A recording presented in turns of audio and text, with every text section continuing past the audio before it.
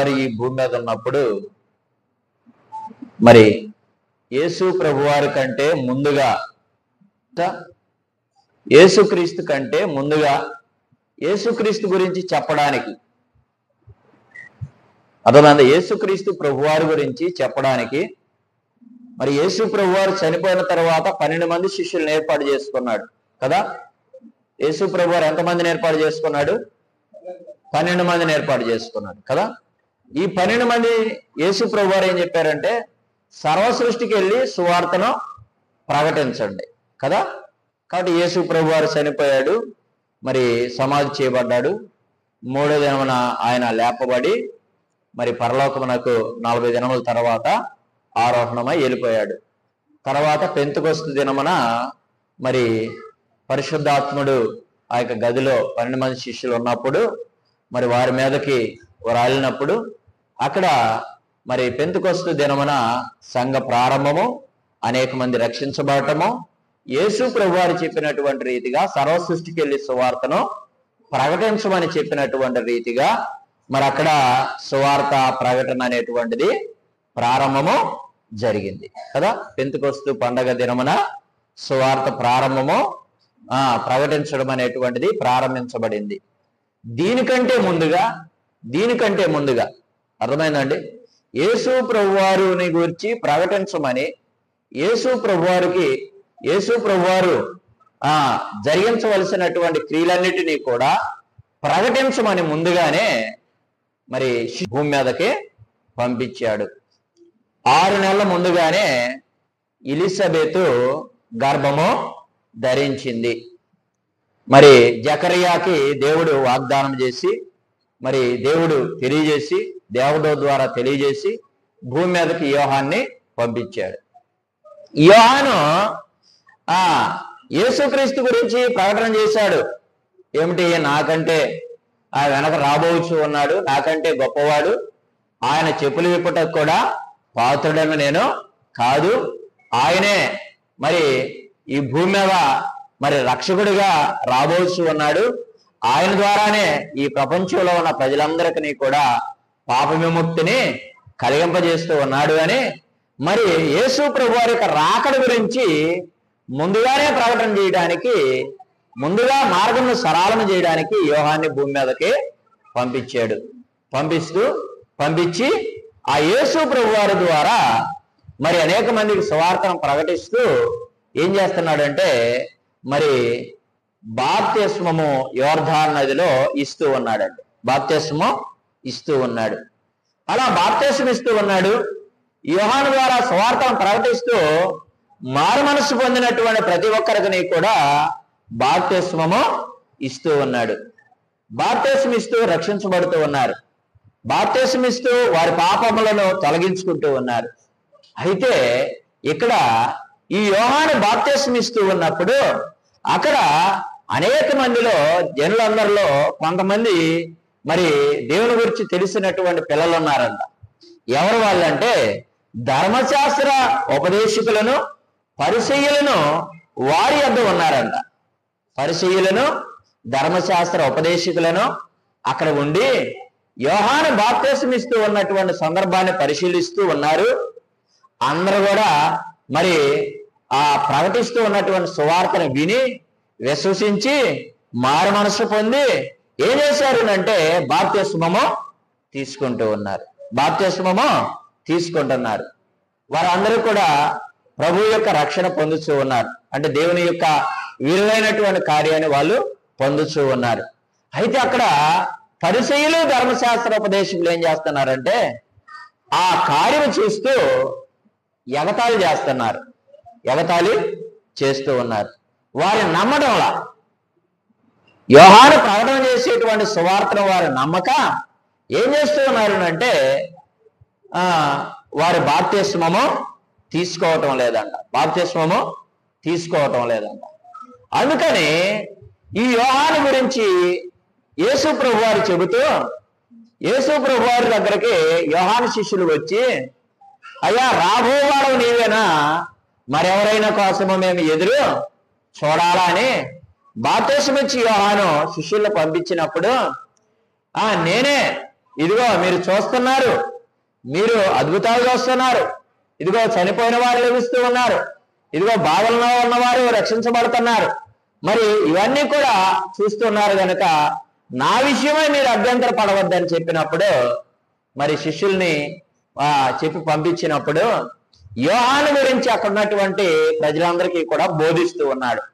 ఆ బోధనే మనం 24 నుంచి 30 వచనాలు మనం చదివాం. యోహాను గురించినటువంటి బోధన మరి అక్కడ 24 నుంచి 30 వచనాలు మనము చదివాం.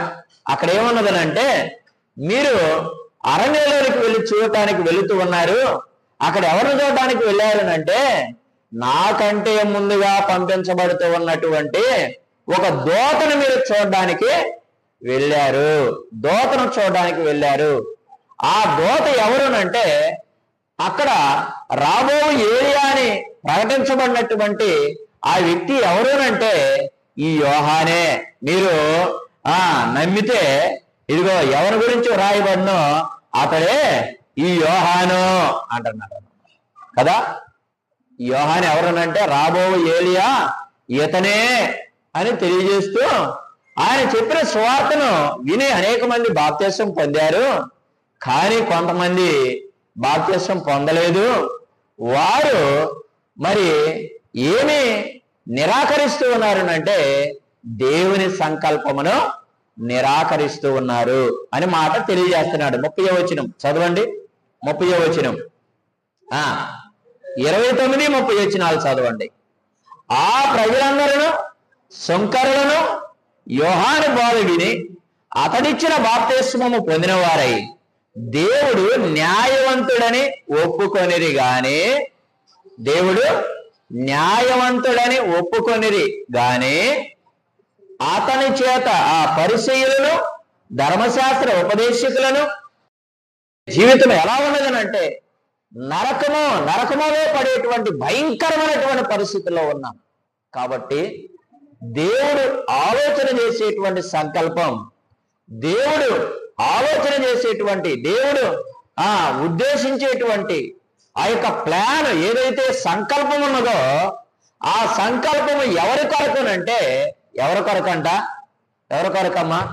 మన విషయమైన దేవుని సంకల్పం. దేవుడు ఆలోచించేటువంటి సంకల్పం ఎవరి కొరకునంటే మన కొరకే, మనం బ్రతికి ఉండుట కొరకే, మనము రక్షించుట కొరకే, మనము మేలు పొందుట కొరకే, మనము ఆశీర్వాదం పొందుట కొరకే దేవుడు ఏం చేస్తున్నాడు అంటే సంకల్పమును కలిగి ఉన్నాడు. దేవుని సంకల్పము వ్యర్థమైనది కాదండి. దేవుని సంకల్పము అది మనుషులకు పనికొచ్చేటువంటిది, మనుషులకు మేలుకరముగా ఉండేటువంటిది. ఈరోజు మన కుటుంబాలు మనము తల్లిదండ్రులైన వారి పిల్లల మీద కొన్ని ఉద్దేశాలు, కొన్ని సంకల్పాలు కలిగి ఉంటారు. అందుకని పిల్లల కోసం ఏం చేస్తారు అంటే కొంత ధనాన్ని వెచ్చింపజేసి ఏం చేస్తారు అంటే పిల్లల కొరకు ఖర్చు పెడుతుంటారు కదా.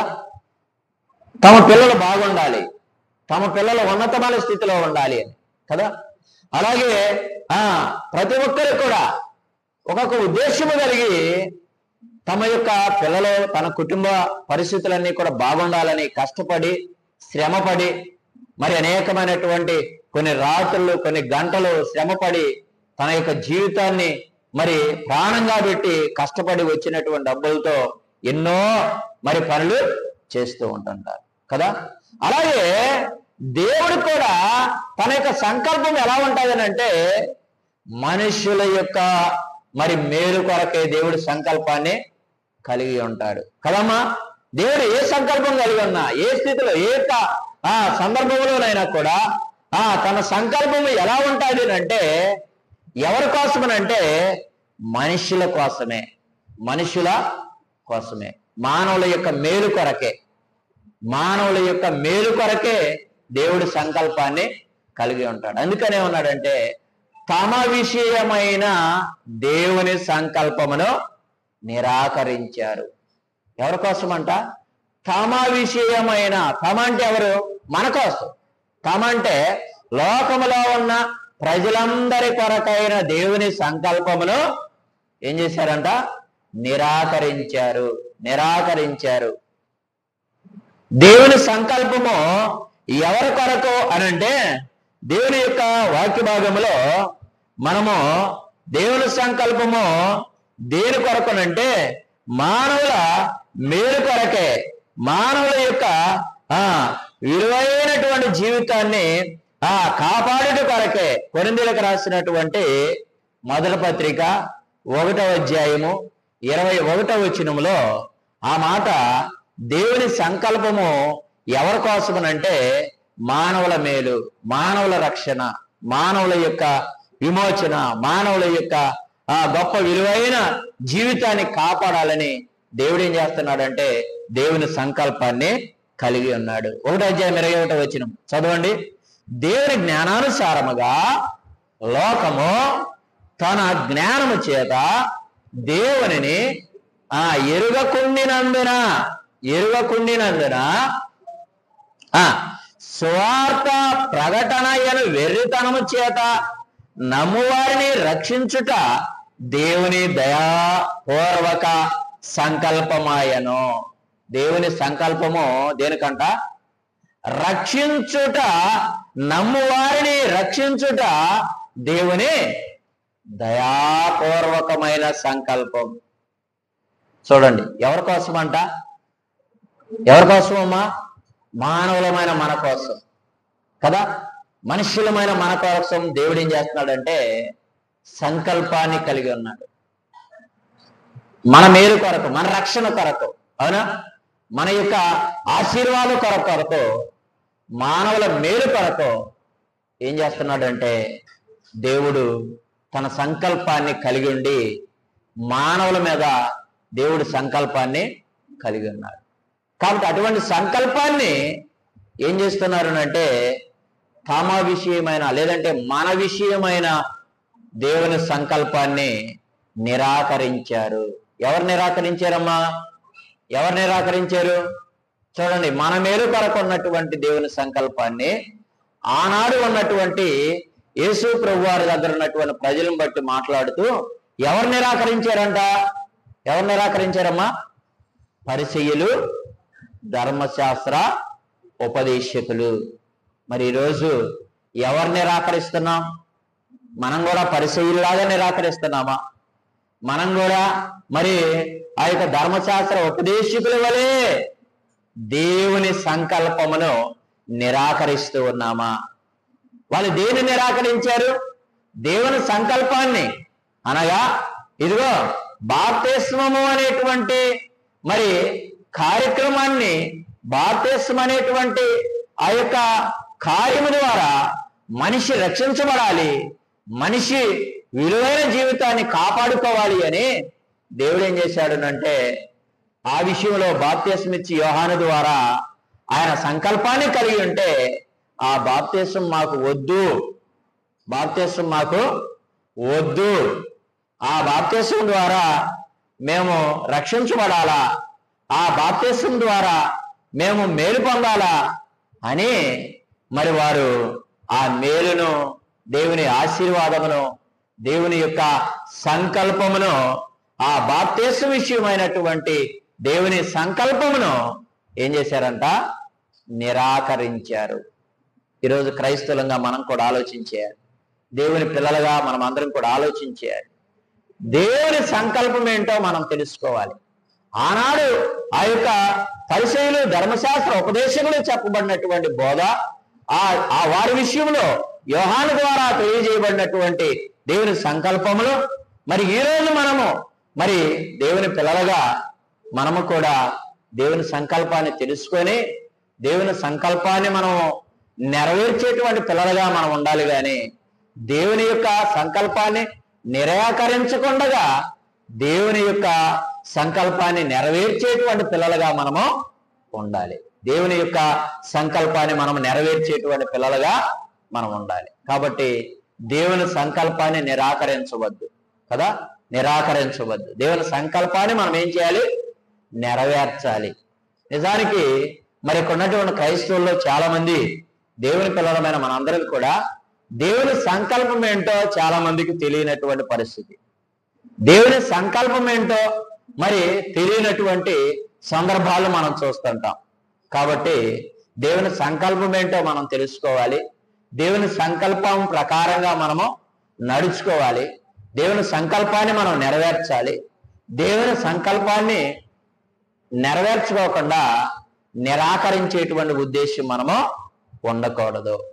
అలా దేవుని యొక్క సంకల్పాన్ని నిరాకరిస్తే కలిగేటువంటి ప్రయోజనం ఏంటో, కలిగేటువంటి దేవుని తీర్పు ఏంటో మనం ఈరోజు మనందరం కూడా తెలియజేసుకుందాం. కాబట్టి మొదటగా దేవుని సంకల్పం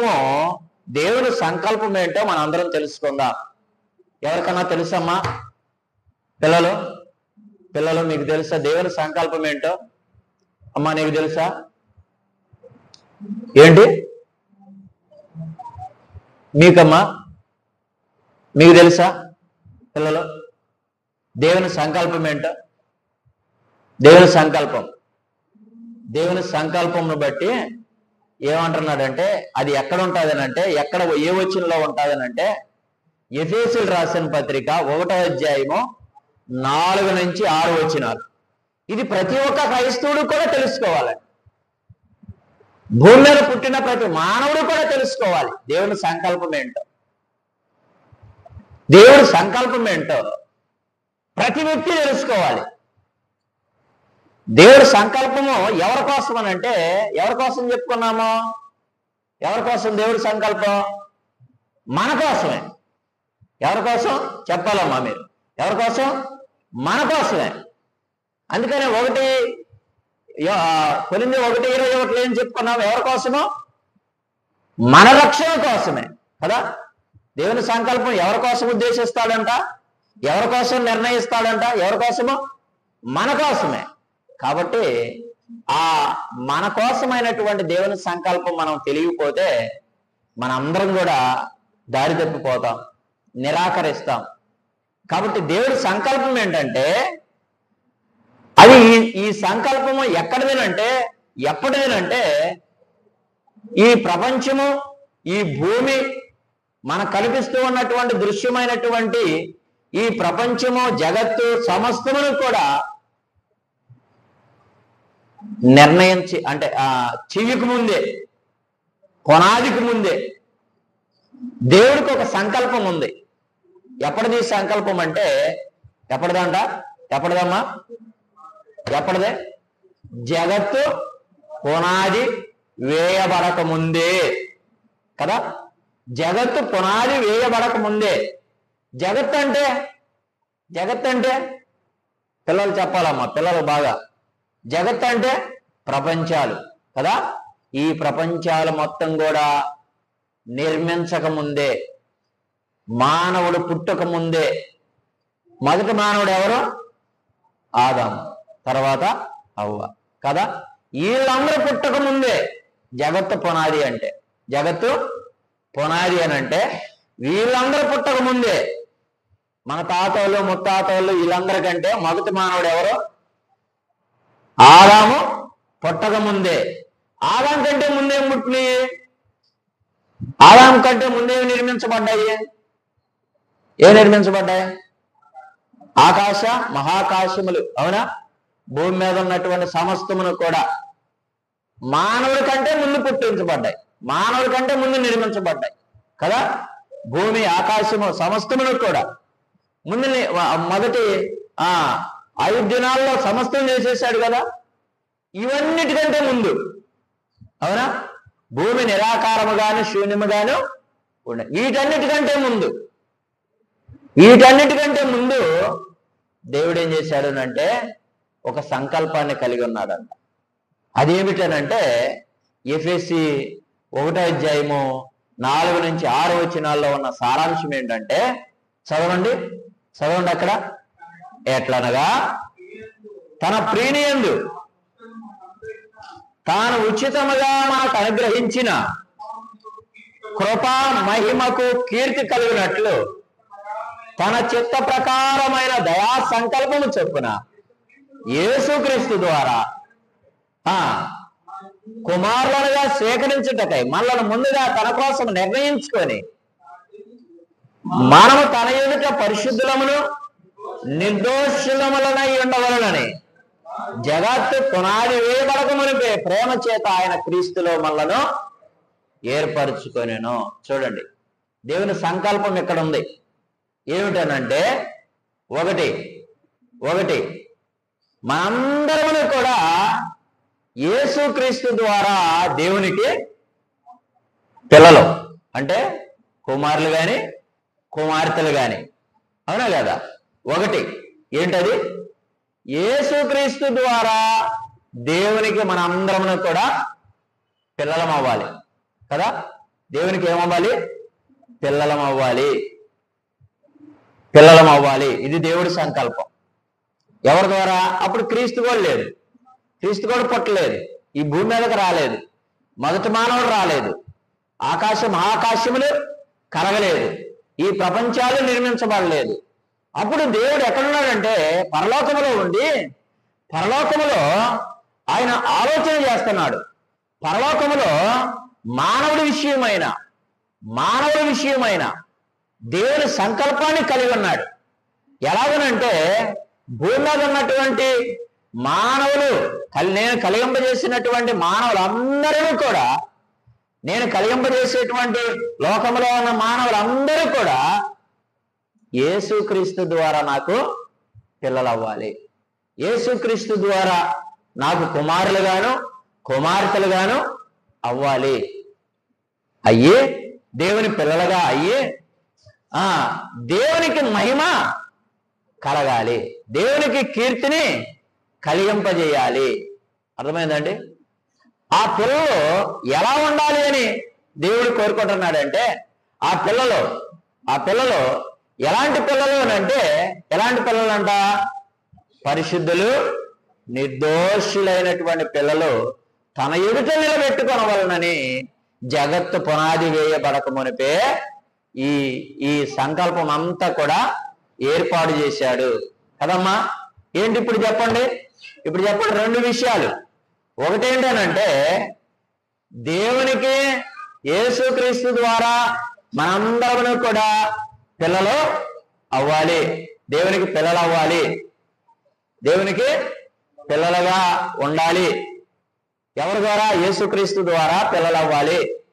రెండోది ఏంటంటే, ఆ పిల్లలు ఆయన ఎదుట ఎలా ఉండాలి అంటే పరిశుద్ధులు నిర్దోషులైనటువంటి పిల్లలుగా ఉండాలి.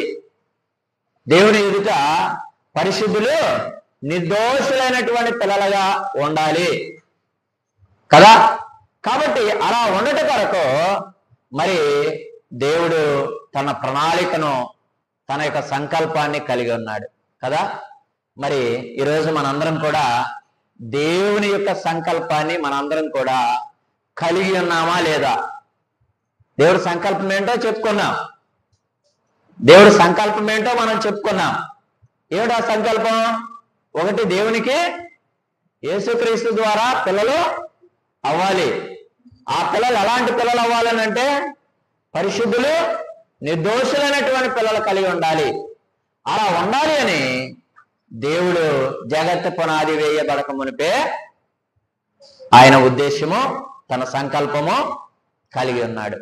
మరి ఈరోజు మనందరం కూడా ఈ దేవుని సంకల్పాన్ని నెరవేరుస్తూ ఉన్నామా లేదా? లేదంటే నిరాకరిస్తూ ఉన్నామా? ఒకరు దేవుని పిల్లలు అవ్వాలి అని అంటే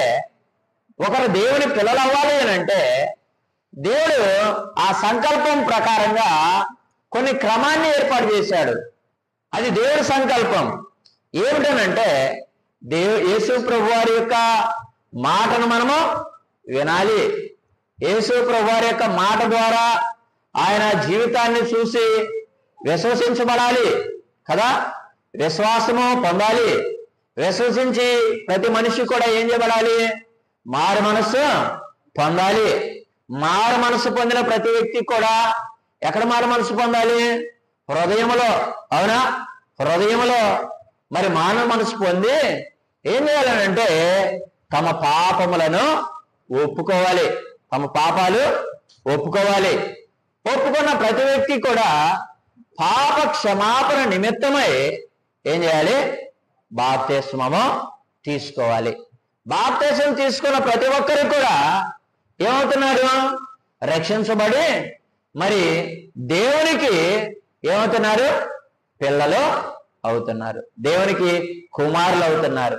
యేసుక్రీస్తునందు బాప్తిస్మం పొందిన ప్రతి ఒక్కరు కూడా ఏమవుతున్నారు? దేవునికి పిల్లలు అవుతున్నారు. చూడండి, గలతీయులకు రాసిన పత్రిక 3వ అధ్యాయము 26వ వచనం నుండి 27వ వచనం వరకు కూడా దేవుడు మాటలు చెబుతున్నాడు. అక్కడ చూడండి ఏమని? యేసుక్రీస్తునందు మీరందరూ విశ్వాసము వలన దేవుని కుమారులై ఉన్నారు. క్రీస్తులోనికి బాప్తిస్మం పొందిన మీరందరూ క్రీస్తును ధరించుకున్నారు. చూడండి, యేసుక్రీస్తునందు విశ్వాసము, యేసుక్రీస్తునందు బాప్తిస్మము ద్వారా దేవునికి మన అందరం ఇప్పుడు ఏమవుతున్నామో?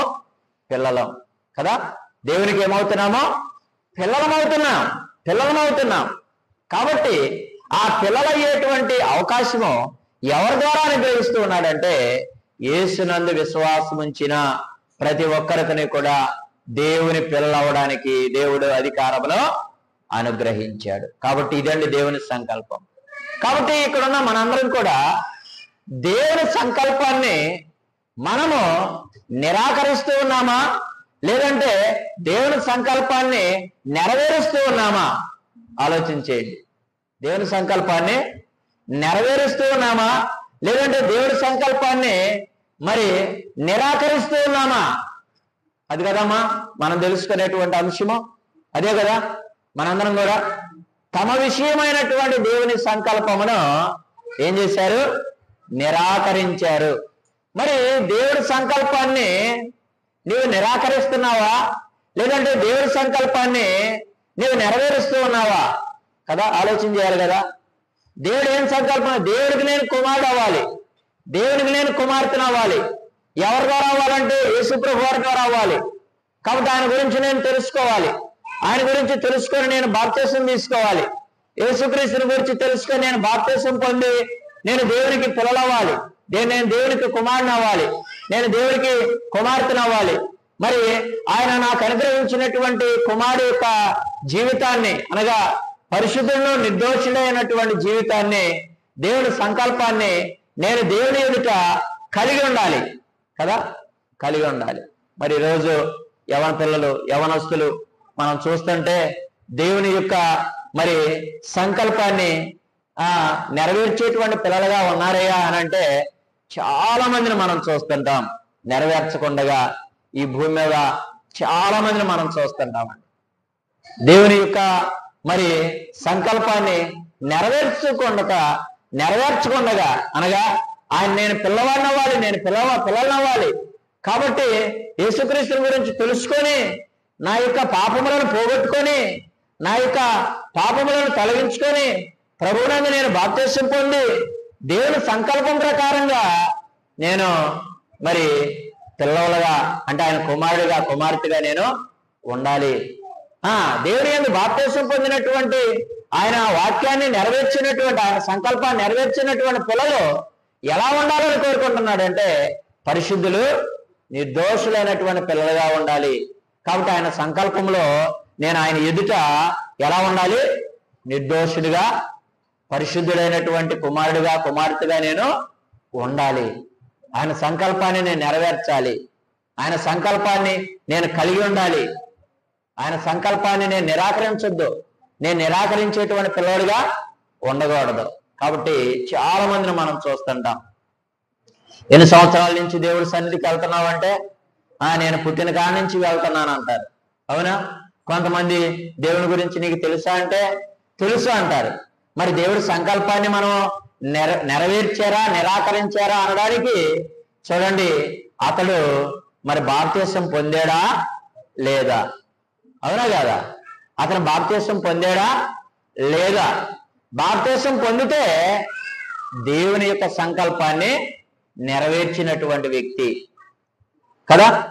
తమ విషయమైనటువంటి దేవుని సంకల్పాన్ని నెరవేర్చినటువంటి వ్యక్తి ఎవరునంటే దేవుడు యేసుక్రీస్తుని పంపించాడు. ఆయన ద్వారా రక్షణని భూమి మీదకు ప్రకటన చేశాడు. ఆ యేసు ప్రభువారు చేసినటువంటి ఆ యొక్క గొప్ప త్యాగాన్ని మరి తెలుసుకొని కూడా ఇంకా మనము నిర్లక్ష్యం చేస్తూ, ఇంకా మనము మరి దేవుని సంకల్పాన్ని నిరాకరిస్తూ ఇంకా బాప్తిసం పొందకుండా ఉంటే మనం ఎలాంటి వారం అంటే దేవుని యొక్క సంకల్పాన్ని నెరవేర్చిన వారము కాము. దేవుని యొక్క సంకల్పాన్ని నిరాకరించినటువంటి వారమే. ఇది మొదటి మాట, అర్థం చేసుకోవాలండి. రెండో మాట ఏంటంటే, దేవుని యొక్క సంకల్పంలో మనందరము కూడా పరిశుద్ధులమును నిర్దోషులైనటువంటి పిల్లలుగా మనము ఉండాలి. కాబట్టి మరి దేవుని పిల్లలుగా మనము దేవుని సంకల్పాన్ని నెరవేర్చేటువంటి పిల్లలము ఎలా ఉండాలంటే, మరి పరిశుద్ధులుగాను నిర్దోషులుగాను మన జీవితాన్ని కొనసాగించాలి. మన జీవితాన్ని ఎలా కొనసాగించాలి? పరిశుద్ధులమును నిర్దోషులమైనటువంటి పిల్లలుగా మన జీవితాన్ని కొనసాగించాలి. అలా కొనసాగించకపోతే, అలా కొనసాగించినటువంటి జీవితాన్ని మనం కలిగి ఉంటే మనము దేవుని సంకల్పాన్ని ఏం చేసినట్టు? నిరాకరించినట్లే. దేవుడి సంకల్పాన్ని నెరవేర్చినట్టు కాదమ్మా.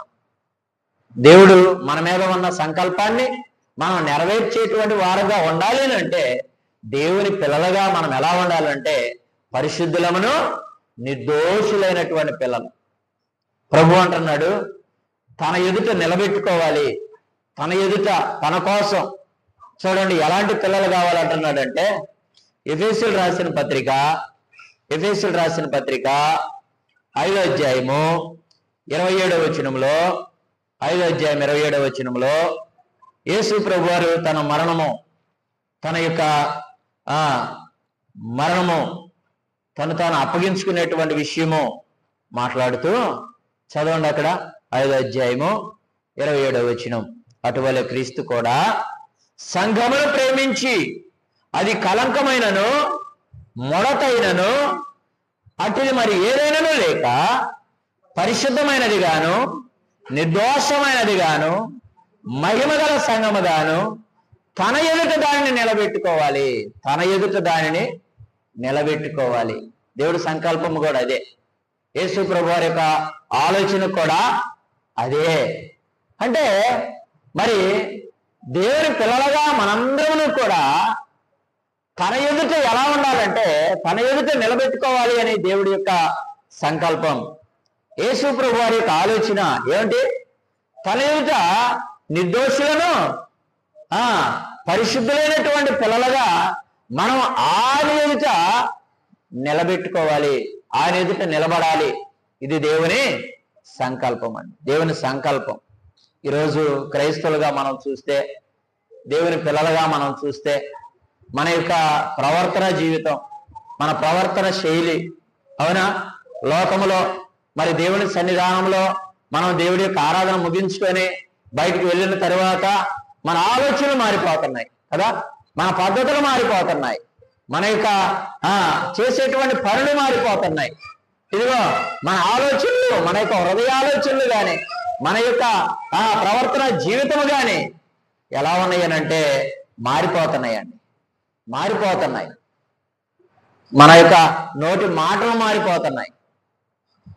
దేవుని ఎదుట మనం ఎలా ఉండాలని దేవుడి సంకల్పం అనంటే పరిశుద్ధులను నిర్దోషులైనటువంటి పిల్లగా ఉండవలసినటువంటి మన జీవితాలు మనం బయటకు వెళ్ళిపోగానే ఏమైపోతున్నాయి?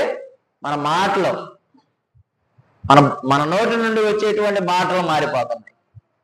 మన నోటి నుండి వచ్చేటువంటి మాటలు రకరకాలైనటువంటి మాటలు, అవునా, మాటలు మారిపోతున్నాయి. మన ప్రవర్తన మారిపోతుంది. ఆలోచన చేశారండి? మన జీవితము, మన యొక్క దేవుడి సన్నిధిలో పరిశుద్ధులుగా ఉండటం కొరకు మనం చేయవలసినటువంటి పనులను, మనం చేయవలసినటువంటి కార్యాలను మనం చేయకుండా మన మనస్సు, మన ప్రవర్తన, మన యొక్క నోటి మాటలు అన్నీ మారిపోయి దేవుని యొక్క సంకల్పాన్ని ఏం చేస్తున్నాము? నిరాకరించేవారిగా మనము ఉంటున్నాం. నిరాకరించేవారిగా మనం ఉంటున్నాం. చూడండి, బైబిల్లో దేవుని యొక్క సంకల్పాన్ని నిరాకరించినటువంటి వారు, దేవుని యొక్క పరిశుద్ధ గ్రంథంలో దేవుని యొక్క మరి సంకల్పాన్ని ప్రజల కోసం, తమ పిల్లల కోసం, తమ పిల్లల బాగు కోసం, తమ పిల్లల యొక్క ఆనందం కోసం, తమ పిల్లల యొక్క ఆశీర్వాదముల కొరకు దేవుడి యొక్క సంకల్పాన్ని ఇస్తే నేటి కాలంలో ఉన్న ప్రజల వలె ఆనాడు ఉన్నటువంటి పరిశుద్ధ గ్రంథంలో ఉన్నటువంటి మరి దేవుని పిల్లలుగా ఇచ్చినటువంటి పిల్లలు మనము కొన్ని మాటలు మనం చూసినప్పుడు